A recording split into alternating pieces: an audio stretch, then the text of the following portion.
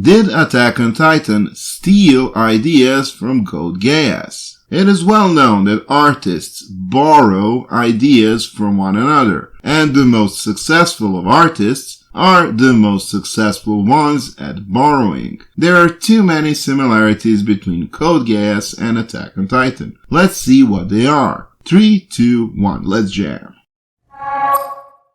Number 1. Immortal woman looking for salvation. Let's start with a similarity that's really obvious. C2 from Code Geass is an immortal woman who spent centuries suffering in pain. When she is not in our regular world, she dwells in a strange dimension where time stops. She has a unique ability. She can transfer an almost godlike power of Geass to whoever she wants. That would be protagonist, and also to the father of the protagonist as well. Completely different from Ymir from Attack on Titan, who is a woman. And yes, she is a woman. She is a grown-up and had 3 kids. She is not a girl anymore. She spent centuries in suffering and pain. When she doesn't dwell in our regular world, she is in a strange dimension where time stops. She has a unique ability to transfer an almost godlike power, the power of the Titans, to anyone she wants. And that would be the protagonist, and the father of the protagonist as well. It is worth noting that C2 from Code Geass was an extremely popular character when her anime was airing. So popular, in fact, that she was proclaimed to be the most popular female protagonist for 2 years in a row in famous Anime magazines, 4 years 2007 and 2008. And when did manga Attack on Titan start publishing?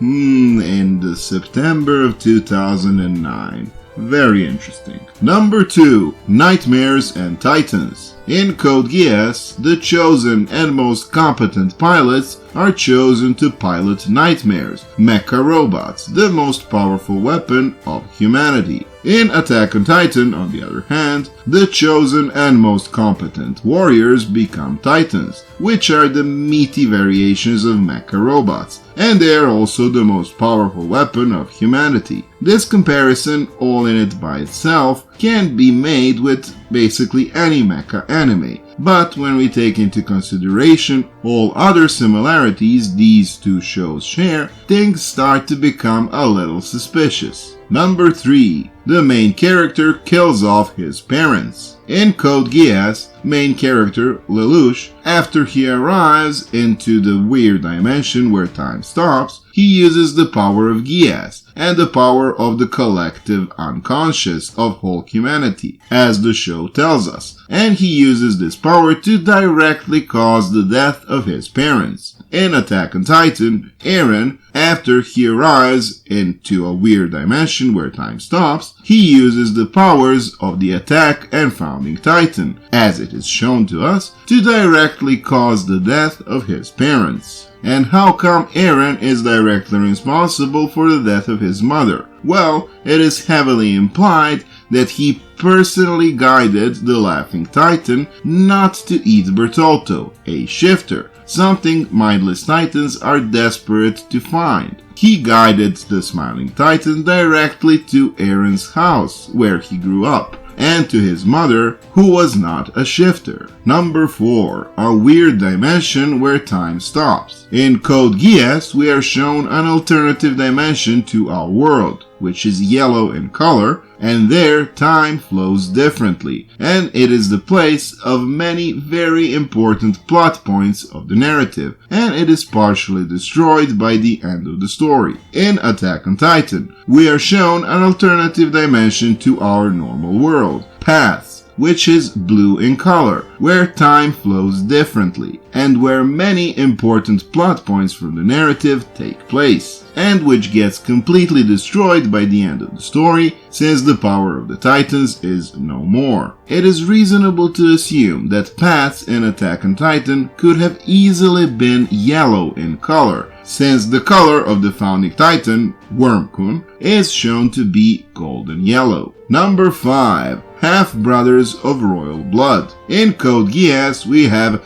Schneizel and Zeke, an extremely intelligent, blonde, half-brother of the protagonist. He is of royal blood, which is crucial for the development of the story. He gets deceived and subdued by Lelouch. Schneizel has his own secret agenda, and the protagonist makes sure that it never happens. In Attack on Titan, we have Zeke, an extremely intelligent, blonde half-brother of the protagonist. He is of royal blood, which is crucial for the development of the story. He gets deceived and subdued by Eren. Zeke has his own secret agenda, and the protagonist makes sure that it never happens. It appears that in anime, it really doesn't pay to be an extremely intelligent, blonde half-brother of the main character, cause you get fucked. Number 6. Lelouch route. As we mentioned many times before in our videos, almost years before the Attack on Titan actually ended, it was pretty obvious that Eren is going to go with the Lelouch route. Idea is as follows. In Code Geass, main character sacrifices himself on purpose in order to showcase himself to the world as the big bad guy. His enemies, and to the surprise of his friends, they all think he is evil. He does this in order to have the whole world hate him and only him, to become a villain, and to make his friends heroes in the eyes of the world once they defeat him. His best childhood friend will have a crucial role in defeating him, and as such, he will be the one to profit the most. After the death of the main character, everyone gets their previously erased memories back, and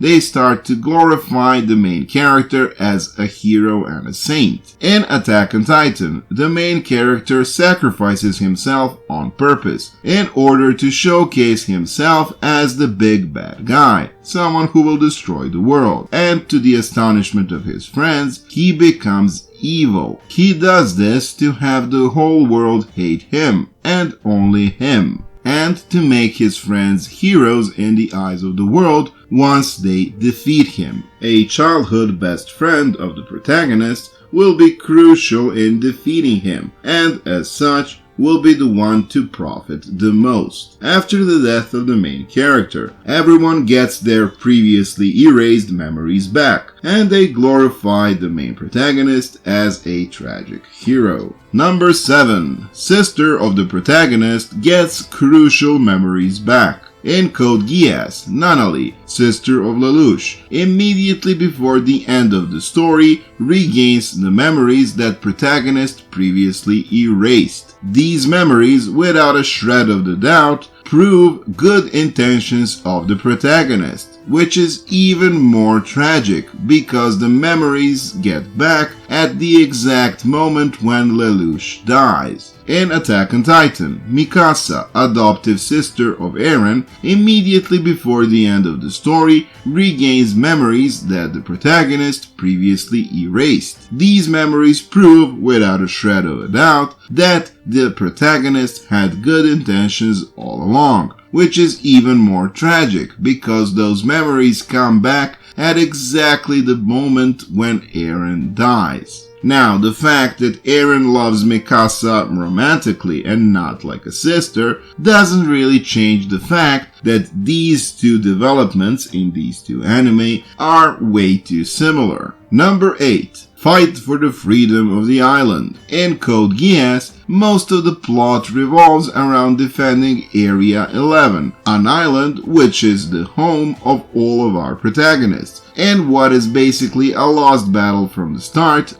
against the armies of the whole world. In Attack on Titan, most of the plot revolves around defending Paradis, island that is home to most of our protagonists, in what seems to be a hopeless battle against armies from all around the world. These are the 8 points that we found between these two anime that are really similar. Do you know any other two anime that share this much in common? Or maybe we skipped something that was also painfully obvious? Please leave a comment down below. Okay, I guess that's it about Code Geass and Attack on Titan. If you enjoyed this video, don't forget to like, share, and subscribe. Follow us on Instagram. Don't forget to check out other videos on the channel. That's it. See you next time. Bye bye.